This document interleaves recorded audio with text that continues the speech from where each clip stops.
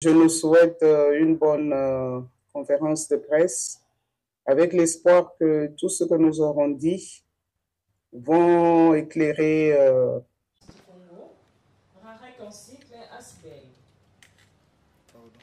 La conférence de presse de Rarek Asbel qui concerne l'impunité généralisée dans notre pays et d'autres questions d'actualité, on va parler de tout ça.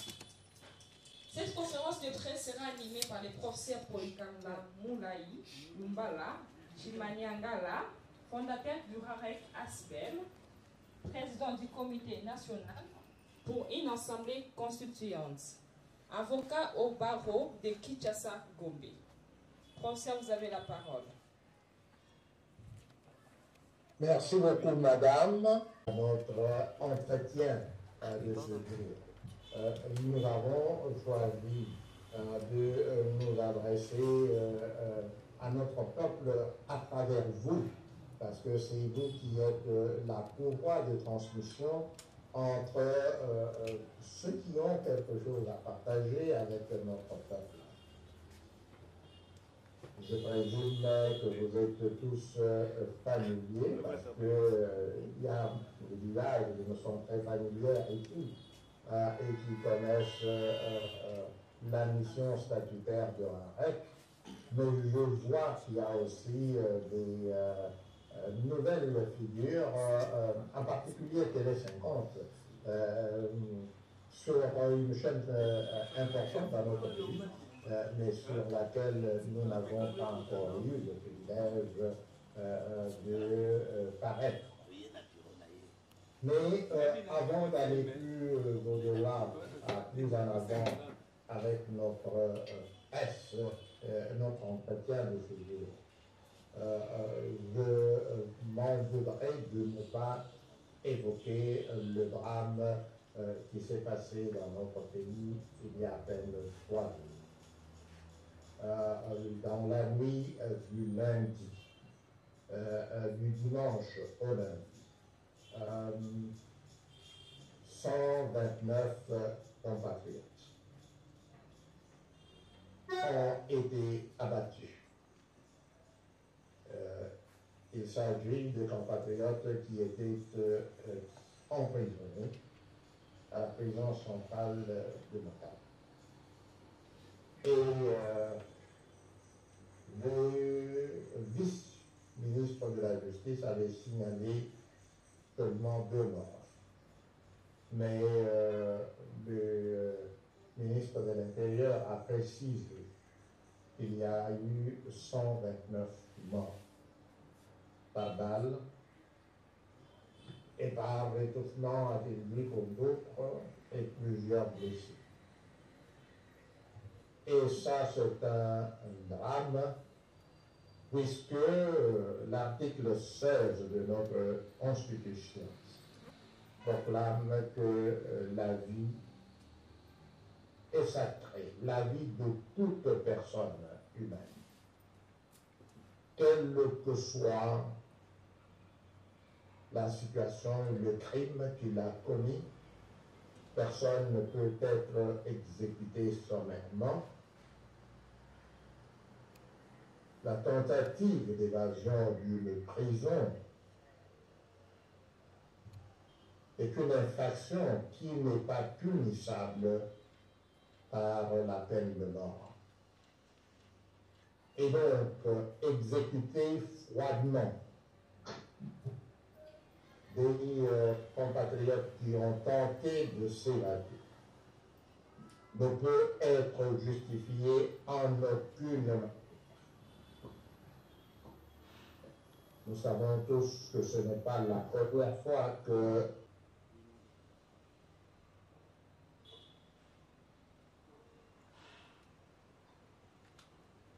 je vous remercie. Voulons maintenant rappeler brièvement la mission de RAREC.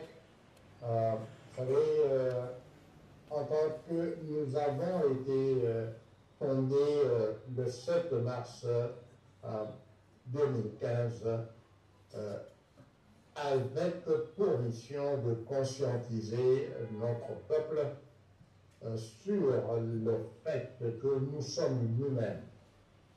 En fait, nous ne pouvons pas, en tant que peuple intelligent,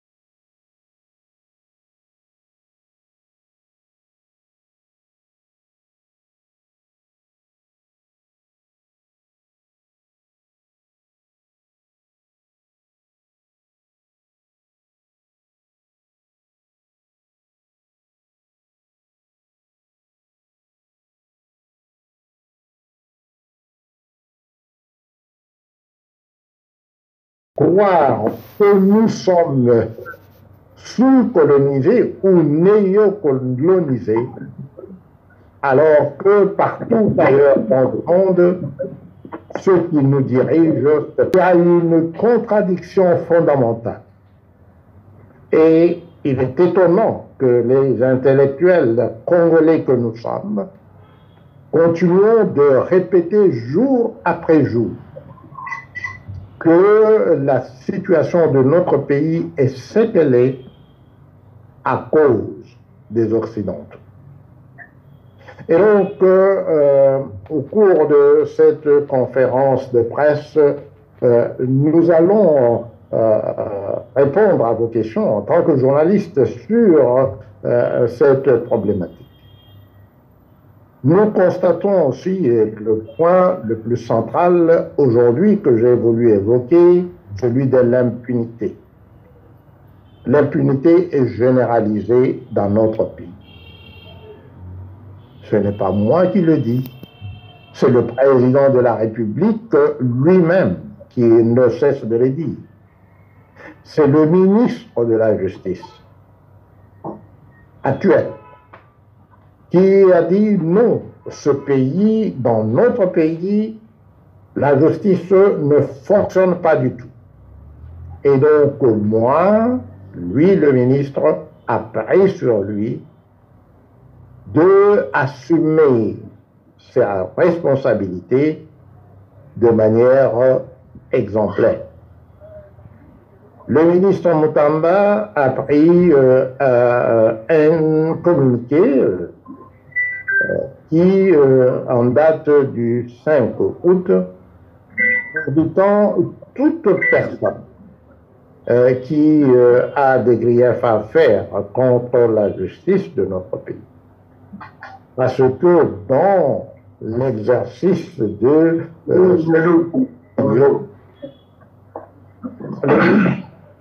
Quelqu'un a voulu intervenir? Ok. Parce que le ministre, dans le... Quelqu'un veut... Bonjour. Sinon, vous pouvez fermer ton micro, comme ça... Oui, oui. Okay. Alors, donc, nous voulons dire que lorsque le ministre a pris cette décision d'ouvrir les vannes, c'est-à-dire de pousser les citoyens à aller au-delà de leur peur. Parce que ce n'est pas une chose facile de dénoncer les comportements des magistrats. Alors, lorsque le ministre a pris cette décision, nous nous sommes dit que la mission de la REC de éduquer, de conscientiser, voici un moment opportun de contribuer à l'exercice de cette mission. Je suis membre effectif de l'association de professeurs de l'université du Kinshasa. Le 13 août 2021, notre association avait élu un nouveau comité exécutif. Cette décision de la petite n'a pas plu au recteur, au comité de gestion de l'université de Kinshasa. Le recteur s'est arrogé le pouvoir de s'ingérer dans la gouvernance de la petite. La petite étant une personne morale de droit privé, elle n'est soumise à aucun contrôle ni à aucune subordination juridique de quelque nature que ce soit vis-à-vis de l'université. Le simple fait que le siège social de la Pékin est situé sur le campus de l'université de Kinshasa ne donne aucune prérogative au comité de gestion de l'université de s'ingérer dans les affaires. Pas plus que le recteur de l'université de Kinshasa ne peut s'autoriser d'intervenir dans une querelle entre un professeur et son épouse, tout simplement parce qu'ils habitent sur le campus. Et donc, lorsque le recteur de l'université s'est permis d'interdire le fonctionnement de la Pékin sur l'université de Kinshasa, les membres de cette association, le comité exécutif élu, m'a confié le mandat, en ma qualité d'avocat, de agir en tant que de droit pour ramener les autorités de l'université de Kinshasa à leur place. Nous avons entrepris d'abord, comme il se doit, une démarche administrative en écrivant au recteur, en écrivant au comité au conseil d'administration des universités, en écrivant au ministre de l'enseignement supérieur et universitaire pour signaler cette anomalie. Rien n'a été fait de la part des dites autorités. Agissons en tant qu'avocats. Nous avons sommé par voie d'huissier judiciaire l'université de cesser son ingérence dans la gouvernance de la Pékin. Rien à faire. Le recteur a fait visiter. Et donc, en tant qu'avocat, respectueux de la loi, et la Pékin, notre client respectueuse de la loi, mais on ne peut pas s'arrêter comme ça dans un état de droit. En dernier ressort, c'est le juge qui doit intervenir. C'est ainsi que le 22 décembre, en désespoir de cause, nous avons introduit une requête en annulation de la décision illégale du recteur de l'université de Kinshasa. Compte tenu de l'urgence de la situation, nous avons introduit en plus de cela une requête en référé en la date du 30 décembre 2022. Jusqu'à ce jour, aucune décision n'a été prise par le Conseil d'État sur la requête en référé. Il a fallu une menace de prise à partie pour que finalement le Conseil d'État prenne une décision et rend un arrêt d'irrecevabilité de la requête. Alors qu'une irrecevabilité est une chose qui pouvait être, une décision qui pouvait être annoncée très rapidement. Il nous a fallu attendre aussi longtemps. Et donc, vous voyez que là, déjà au niveau du Conseil d'État, il y a eu une violation flagrante de la loi, puisque le juge est tenu de rendre une décision,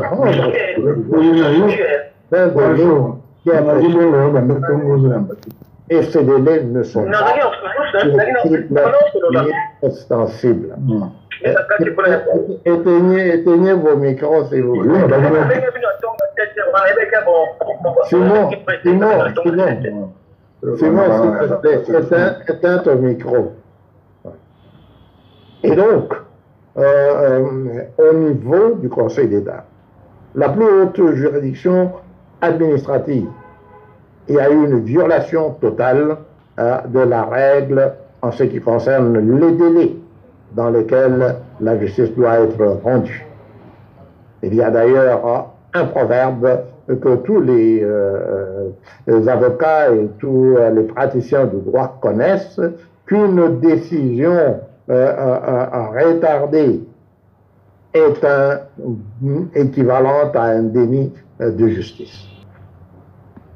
Le 28 janvier, nous avons introduit, parce qu'il s'agit d'une affaire civile, puisque le comité qui a été instrumentalisé par le recteur de l'université, un nouveau comité a surgi de nulle part, et avec l'assistance du recteur de l'université, ce comité s'est emparé du siège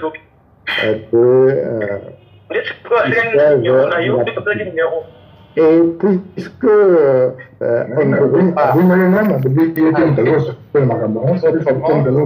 on disait que sur le plan civil, puisque le nouveau le comité, un comité surgit de nulle part, instrumentalisé par le recteur de l'université de Kinshasa, a pris possession par de voies de fait promues par le recteur de l'université.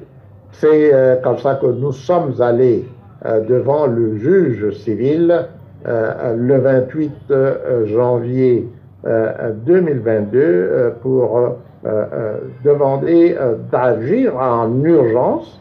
Nous avons introduit une demande d'assignation à bref délai pour des mesures conservatoires qui visaient à maintenir les choses en état jusqu'au moment où le juge aurait rendu sa décision.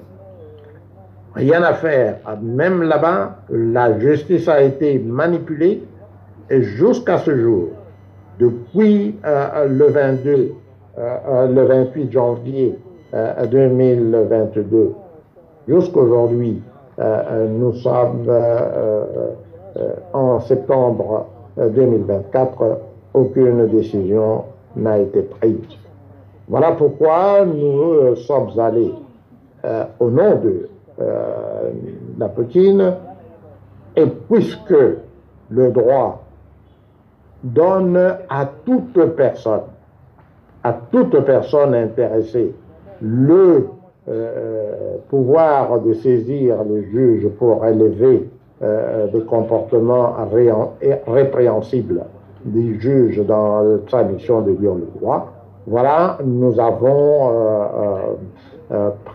saisi l'opportunité présentée par le ministre de la Justice pour lui soumettre une dénonciation détaillée, justifiée, avec tous les documents à l'appui, comme il l'a sollicité. Notre lettre de dénonciation a été déposée et dûment réceptionnée par le ministre, par le cabinet du ministre hier. Les copies ont été transmises au président de la République pour information et des dénonciations complémentaires ont été faites auprès du président du Conseil supérieur de la magistrature, qui est l'organe légal habilité à sanctionner les magistrats. Et puisque la commission des infractions par les juges se fait aussi souvent avec de connivence ou avec la complicité active des avocats, nous avons également communiqué cette dénonciation au bâtonnier national de l'ordre des avocats de notre pays, ainsi que au bâtonnier du barreau de Kinshasa-Gombe et du barreau de Kinshasa-Matete, parce que les confrères qui ont représenté la partie adverse relèvent de ces deux barreaux, et d'autres confrères relèvent des barreaux de l'intérieur, comme le barreau du Congo central, etc. Donc voilà, mes chers membres de la presse, c'est que je tenais à partager comme information au début de cet entretien. Je vous remercie et je rends le micro à Fort Gibbons. Merci beaucoup, professeur. Nous vous avons suivi avec beaucoup d'attention. Maintenant, place aux questions aux journalistes. Le 13 août 2013. Et là, nous venons de vous suivre déclarer sans embâche que c'est à travers les avocats que les magistrats sont corrompus. Parce que vous l'êtes aussi, vous êtes avocat bien sûr. Pourquoi l'opinion publique doit-elle croire que vous agissiez autrement que votre confrère avocat, que vos confrères? Merci beaucoup, Madame Combe, pour votre question. Si j'étais un jeune avocat, votre question me troublerait. Mais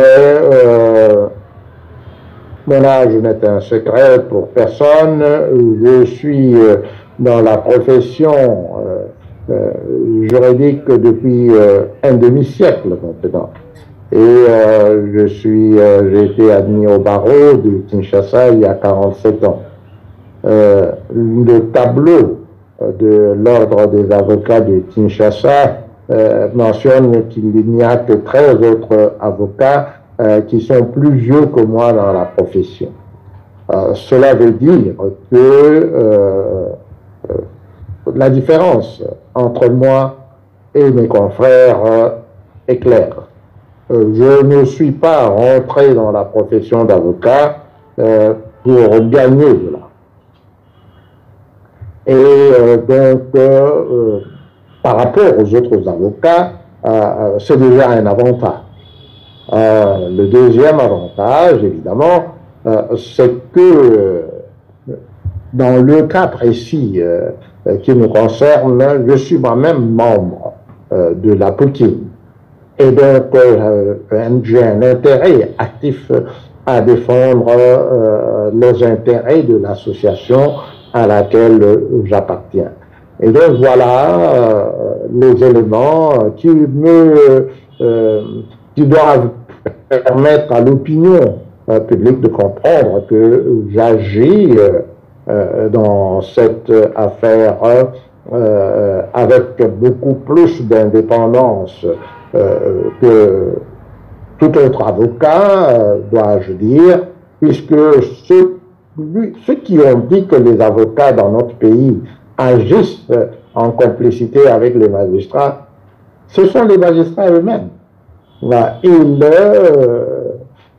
n'hésitent pas, ceux d'entre eux qui sont courageux reconnaissent que oui, il y a des magistrats corrompus, mais ces magistrats corrompus le sont à travers les avocats qui servent de conduit de cet argent qui rend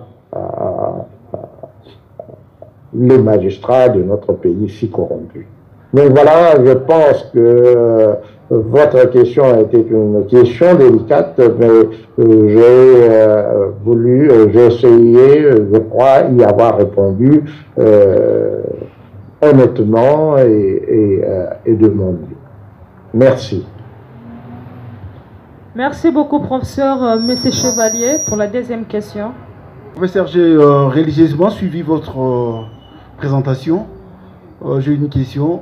Vous avez exprimé votre admiration à l'endroit du ministre de la Justice pour le courage qu'il a exhibé en s'attaquant ouvertement à la magistrature dans sa globalité. Le courage du ministre a irrité sérieusement le magistrat dont les syndicats ont réagi de manière virulente contre les sorties médiatiques du ministre.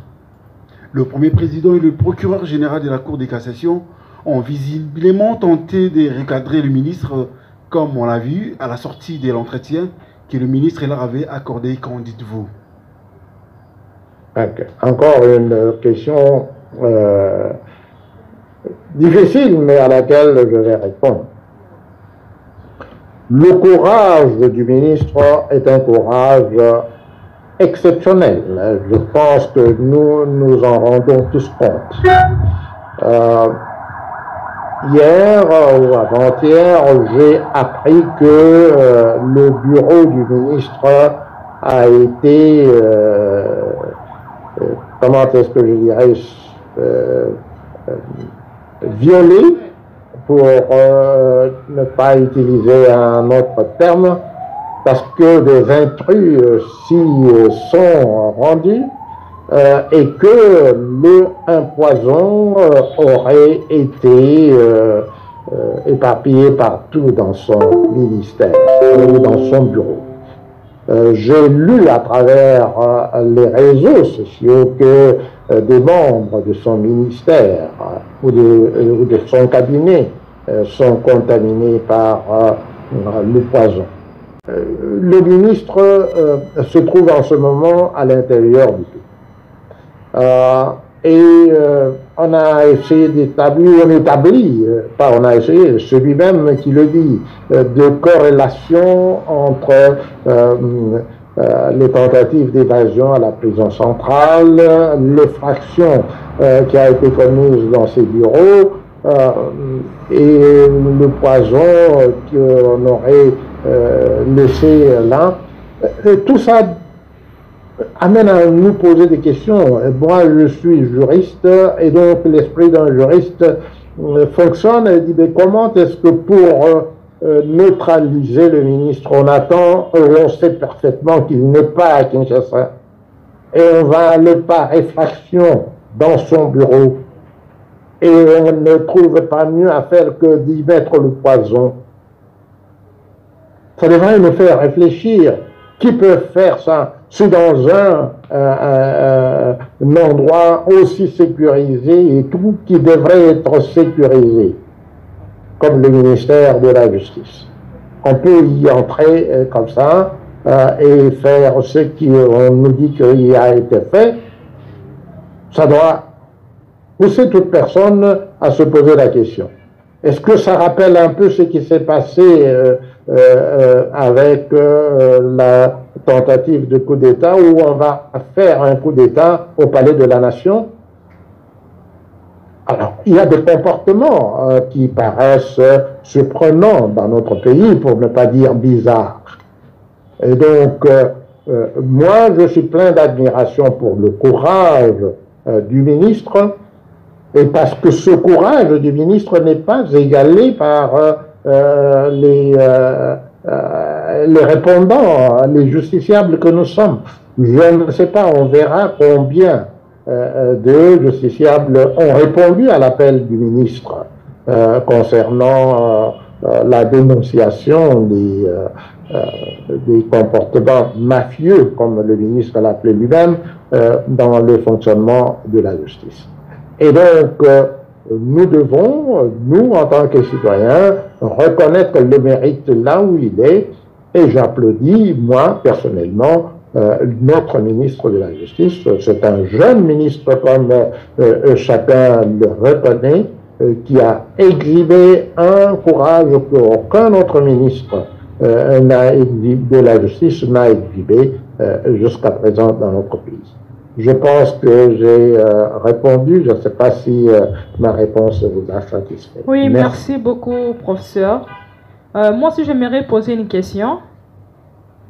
Allez-y, Fabien. Merci, professeur. Bientôt, les comités exécutifs contre lesquels vous êtes en bagarre devant les tribunaux aura achevé son mandat. Ces comités déclarent qu'il a réalisé beaucoup de choses dans l'intérêt de membres de la Poukine. Il cite principalement ses succès en matière d'assurance maladie. Mais vous venez de perdre 3 ans dans les incarnes judiciaires sans aucun résultat palpable pour votre client, le professeur Kitombole. Continue-t-il à vous faire confiance? Quel résultat positif espérez-vous décrocher pour lui au terme de ce combat judiciaire? Bien, je voudrais d'abord clarifier cette question, parce que j'avais parlé de mon client, le professeur Kitombole. Oui, exactement. J'avais entendu que cette affaire a été introduite devant le Conseil d'État, pas contre le professeur Kitombole, parce que le professeur Kitombole, le Conseil d'État juge les actes et non pas des individus. Et donc, lorsque nous sommes allés au Conseil d'État, notre client, c'est la Poukine. Et la Poukine continue à être notre client jusqu'aujourd'hui parce que c'est une personne morale. Pendant que le procès était en cours, le procès civil et le procès administratif, le recteur de l'université de Kinshasa a porté une plainte pénale contre le professeur Kitombole. Et c'est à ce moment-là, la plainte du recteur de l'université a été portée devant le procureur général du parquet de Matete le 4 février, c'est-à-dire 3 jours après le début de l'audience à Matete. Et comme j'étais déjà l'avocat de la Poukine, le professeur Kitombole, qui est le président élu de la Poukine, m'a demandé de le représenter, lui, personnellement, dans l'affaire pénale. Donc, d'un côté, j'ai accepté de défendre le professeur Kitombole, tout en continuant la procédure et la défense des intérêts de la Poukine. Donc les deux intérêts ne sont pas les mêmes. J'ai deux clients, la Poukine et le professeur Kitombole. En ce qui concerne le professeur Kitombole, nous avons gagné le procès depuis le premier degré. Le professeur Kitombole a été acquitté. Les adversaires du professeur Kitombole ont continué à le poursuivre. Ils sont allés en appel au pénal. Et nous avons continué à défendre le professeur Kitombole jusqu'en appel. Et la décision d'acquittement a été confirmée. Et là, d'ailleurs, ne devait même pas être confirmée puisque l'appel était pratiquement sans objet. Donc, en ce qui concerne le professeur Kitongole, son intérêt personnel a été satisfait et donc maintenant je continue à défendre la Pékin et je n'ai pas besoin de recevoir des instructions venant du professeur Kitongole pour continuer ma défense des intérêts de la Pékin, dont je suis moi-même un membre effectif.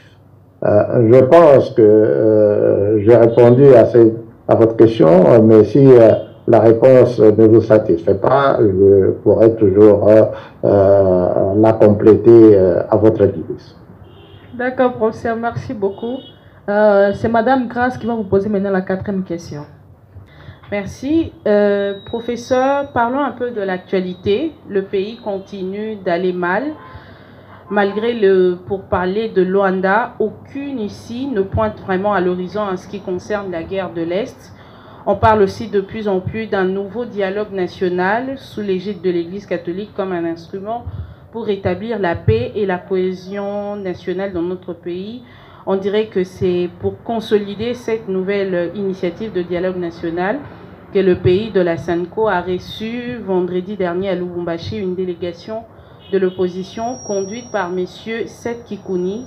Quelle lecture faites-vous de cette nouvelle donne politique? Merci. Avant de répondre à votre question, permettez-moi d'accueillir sur le plateau de Zoom monsieur Mbo Ilenga, qui est un collègue de la Banque mondiale, qui est ici à Washington et qui vient de nous rejoindre. Bonjour Alain. Bonjour professeur. Okay, merci beaucoup. Alors, la question qui vient d'être posée par Madame, c'est Madame Rantin? Grâce. Ok. Dit une nouvelle donne politique, le dialogue national que les politiciens évoquent maintenant comme une voie pour nous sortir de l'état de guerre dans lequel nous vivons maintenant, parce que c'est le plus important. Je voudrais nous rappeler que le dialogue n'est pas un moyen juridique pour résoudre un quelconque problème. Pour ceux d'entre nous qui sommes mariés, nous savons parfaitement l'importance du dialogue, mais le dialogue ne contraint jamais personne à quoi que ce soit. Et dans notre pays, les politiciens semblent maintenant s'ingénier à nous faire croire que pour sortir de l'ornière dans laquelle ils ont réussi à plonger notre pays depuis le 1er juillet 1960, il faut qu'eux dialoguent. Et c'est ça qu'ils appellent le dialogue national. Une conversation entre les politiciens. Et une conversation entre les politiciens pour obtenir quoi? Ne nous y trompons pas. Les politiciens veulent converser entre eux pour se partager le pouvoir. Ça a été le cas depuis le 1er juillet 1960 et ça sera le cas si ce qu'on appelle aujourd'hui dialogue national devait de nouveau être organisé. Et depuis 1960 jusqu'à aujourd'hui, qu'est-ce qui s'est passé dans ces fameux dialogues? Ceux qui se disputent le pouvoir choisissent ceux qui le croient être à mesure de les entendre pour obtenir ce que eux, les politiciens, veulent, partager le pouvoir. Le dernier dialogue en date s'est effectué le 31 ou tout juste avant le 31 décembre 2016. Quel en a été le résultat? Une prolongation du pouvoir de M. Kabila à la seule condition qu'il devait le partager avec ceux qui ne voulaient pas qu'il reste au pouvoir. Chacun de nous se souviendra qu'en ce temps-là, on voulait comme Premier ministre le président actuel. Et que le président Kabila avait dit, n'y a pas question. On est passé, comme vous le savez, par un certain Tchibalabala, et puis ensuite un certain Badibanga, et nous connaissons où ça nous a amené. En 2018, lorsque nous avons connu ce que nous avons connu, on a voulu de dialogue, et celui qui était assis sur le pouvoir a dit pas besoin de dialogue, je vais partir en tout état de cause, mais je partirai selon mes termes, mon dictat à moi. Et nous connaissons la suite.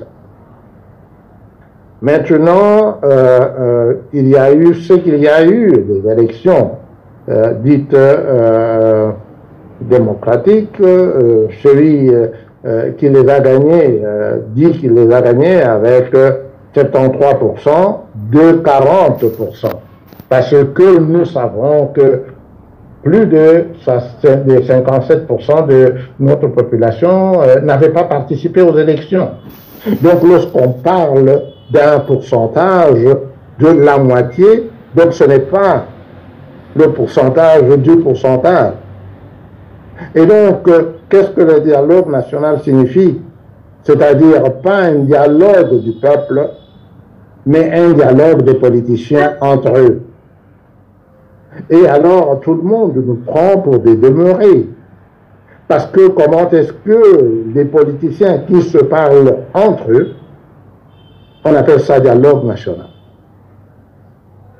Et même si c'était un dialogue national, ce n'est pas un mécanisme juridique pour régler la situation de guerre dans laquelle notre pays se trouve aujourd'hui.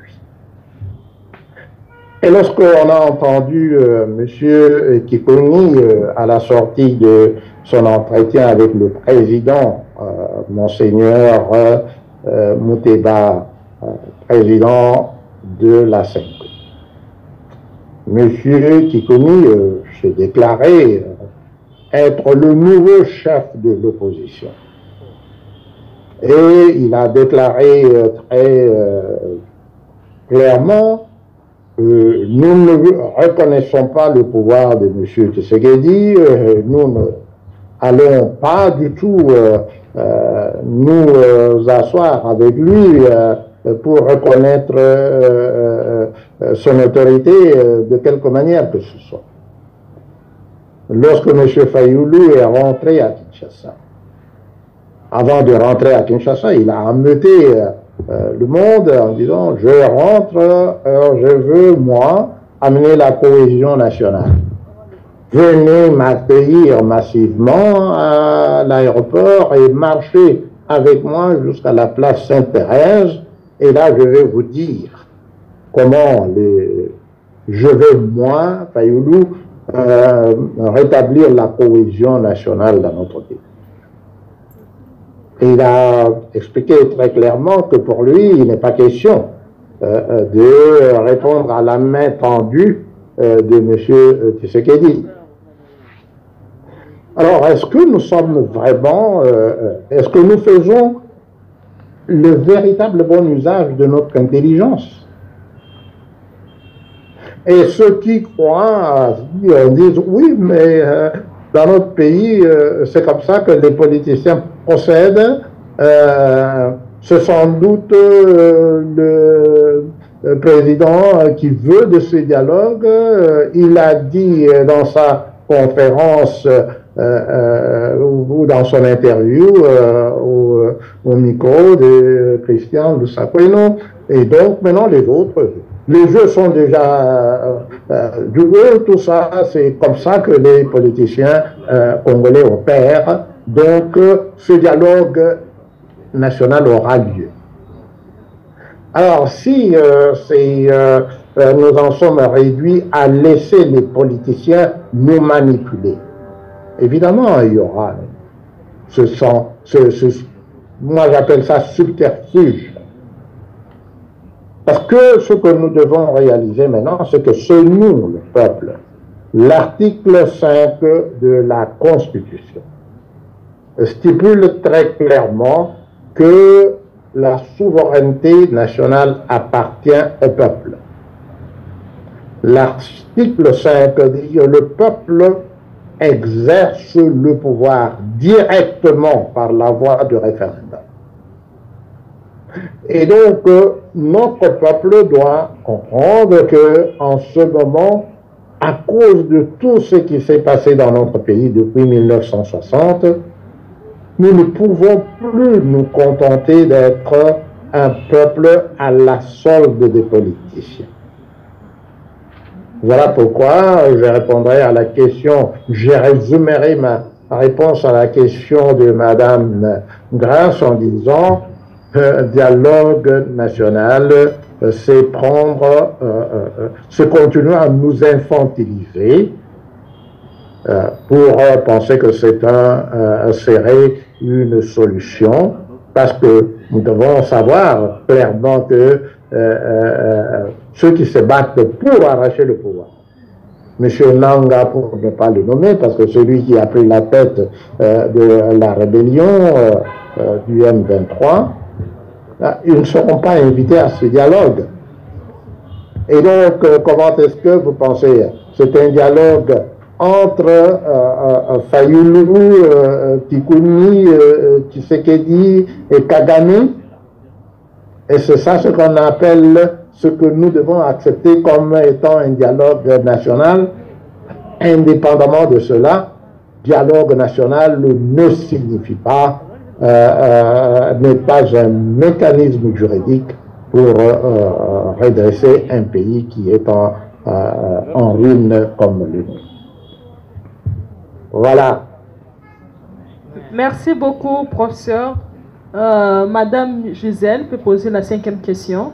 Il y a deux opposants politiques, à savoir Martin Fayulu et Seth Kikuni, qui vient de lancer un appel strict pour un dialogue national dont ils souhaitent qu'il soit chapeauté par la Senko et l'ECC. Les deux leaders de ces deux confessions religieuses viennent de poser des actes qui semblent aller dans ces sens. La autre question, vous êtes le fondateur de RAREC et le président du comité national pour Assemblée constituante, SENAC en sigle. Ces derniers ont lancé une pétition qui doit recueillir au moins 100 000 signatures pour exiger un référendum pour établir une assemblée constituante. D'aucuns pensent que ce n'est qu'un rêve VR que vous êtes, évidemment compte tenu de votre âge dont vous ne faites aucun mystère. Voilà. Pouvez-vous enfin expliquer à l'opinion publique pourquoi votre appel à une assemblée constituante n'est pas une proposition purement utopique, parce qu'une assemblée constituante paraît totalement antinomique avec le dialogue national dont on parle de plus en plus. Merci. Merci beaucoup, madame. Un rêve, oui. Alors, qui d'entre nous ici n'a pas rêvé? Nous avons tous, et j'aime toujours, évidemment, compte tenu de mon âge, je me souviens quand j'avais pratiquement l'âge de ceux qui sont encore célibataires parmi vous. Personne ne peut fonder un foyer sans avoir rêvé de la personne avec laquelle il va s'unir pour fonder un foyer. Et donc, le rêve, tout commence par le rêve. Et si vous souhaitez construire une maison et que vous pouvez rêver de construire un château, ou vous pouvez rêver de construire tout simplement un taudis. Mais si votre rêve a consisté à construire un taudis, vous n'arriverez jamais à construire un château. Par contre, si vous rêvez de construire un château, vous pouvez finir par construire un taudis. C'est-à-dire que vous serez toujours à l'abri des intempéries. Donc, pour ceux qui pensent que l'Assemblée constituante serait un rêve utopique, je voudrais partager ceci. En 1776, ce que nous appelons aujourd'hui les États-Unis d'Amérique était une colonie. C'était 13 colonies britanniques, totalement sous le contrôle, comme n'importe quelle colonie, de la couronne britannique. Mais nous savons tous, de par l'histoire, que ceux qui ont peuplé les États-Unis venaient de partout. Essentiellement, en ce moment-là, quand on dit de partout, c'est-à-dire de partout en Europe. Ils étaient venus spécialement, c'était des Huguenots, les Français qui fuyaient la persécution, la guerre des religions. Ensuite, les Italiens qui ont fui la famine. Je ne vais pas continuer l'énumération. Donc, un pays comme les États-Unis est parti sur la base de la déclaration de l'indépendance des États-Unis, qui était un rêve. Et c'est de ce rêve-là que, aujourd'hui, un pays comme les États-Unis, qui est admiré pour tous ses excès, est devenu le pays le plus avancé du monde.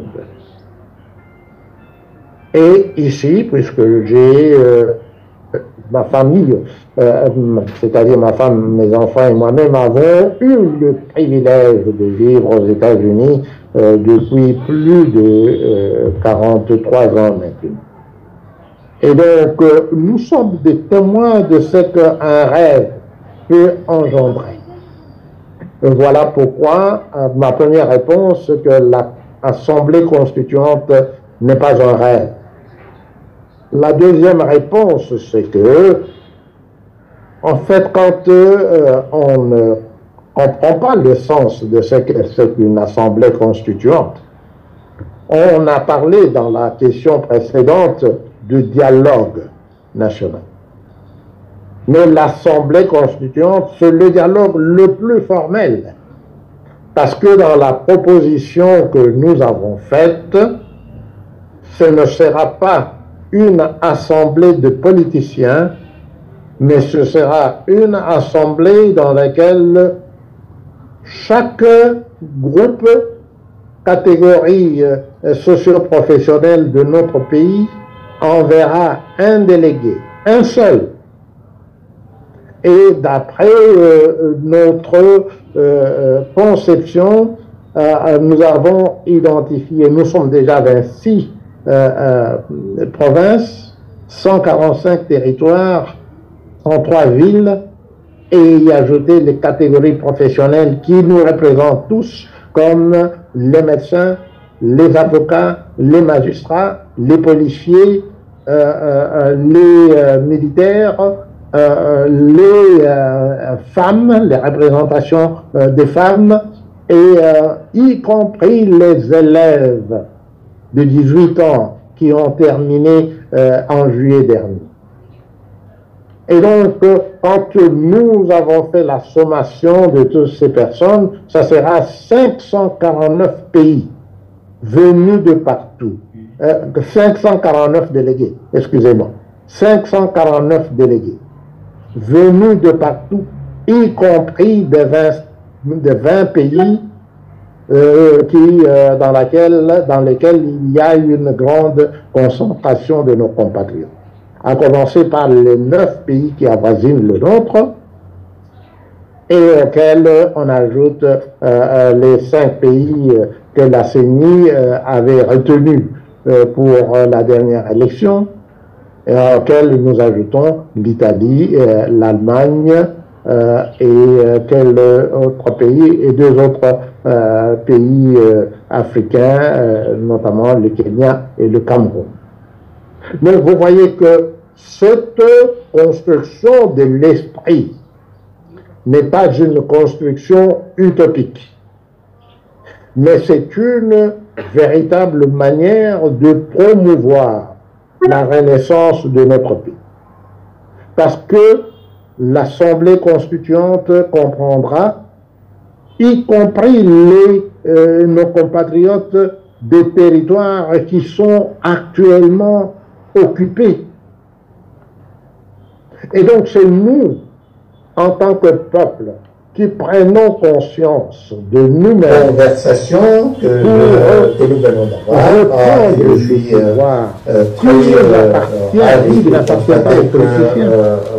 Les politiciens ont contesté le pouvoir depuis 1960 à notre invitation. Et depuis lors, ils utilisent toutes sortes de subterfuges pour nous infantiliser davantage, afin que puissent continuer à faire ce qu'ils font. Mais voilà pourquoi l'Assemblée constituante n'est pas une utopie, c'est une construction de l'esprit, évidemment. Et nous espérons, le temps pas venu, je n'ai pas cessé de nous savons faire un bon usage de notre intelligence catholique que mes et que parents nous arriverons en tant que peuple à faire un bon usage de notre intelligence collective en comprenant que ce n'est qu'à travers une bonne chose. Et donc le 22 réussirons août de cette cette année, gageure de réunifier notre penser à notre pays, la prière pour bâtir chrétien un pays n'est pas simplement la récitation de la prière. Donc dans ma réflexion et dans ma prière individuelle, j'ai imploré, voilà ce que je peux dire en réponse à la question de Mme pas d'autre miracle que de nous amener à utiliser à bon escient l'intelligence dont chacun de nous a été doté par notre Créateur, y compris par le fait qu'il nous a placés lui-même souverainement sur les 2 345 409 km². Et si vous le souhaitez, ou ceux d'entre vous qui souhaitent, je veux humblement vous demander. Prions ensemble pour que Dieu nous libère de tout esprit d'extrémisme, de racisme, de sectarisme, de tribalisme, de vengeance et de xénophobie, afin de stopper la guerre et de transformer la RDC en Eldorado africain. Dieu Tout-Puissant, éternel des armées, Dieu d'amour, Dieu de bonté, Dieu de fidélité, Dieu de miséricorde et source de sagesse. Dieu plein de compassion et de pitié pour l'humanité. Pour tout homme et pour toute femme, quelle que soit son origine, son pays ou sa race, son éthique ou sa tribu, sa croyance religieuse ou son affiliation politique. Regarde avec amour et avec bonté ton peuple, ces peuples que tu as souverainement placés au cœur de l'Afrique, sans aucun mérite particulier de savoir. Ces peuples qui meurtrissent par la méchanceté de l'homme, dans sa chair et dans l'urgence depuis la cession de son pays, à l'indépendance le 30 juin 1960. Cette méchanceté est inspirée et nourrie par ses maux et ses vices. Abus du pouvoir de tout genre, avarice, corruption, culte de la personnalité, cupidité, détournement des derniers publics, égoïsme, mensonge, qui gouverne ton peuple, qui souffre si misérablement depuis le 1er juillet 1960.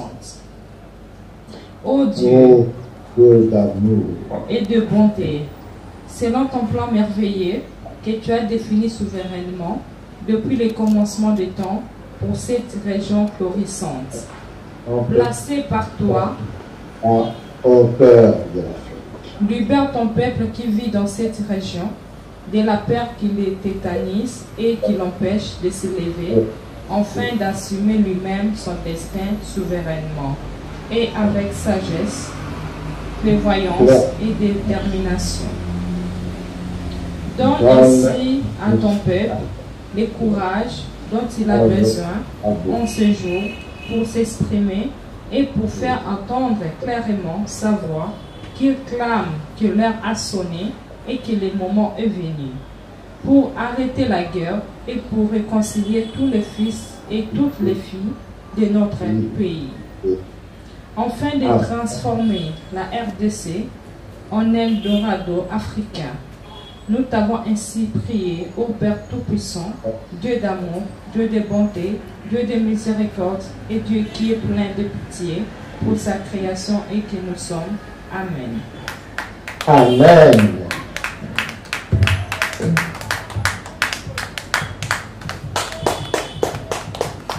Voilà, nous sommes arrivés au bout de notre conversation.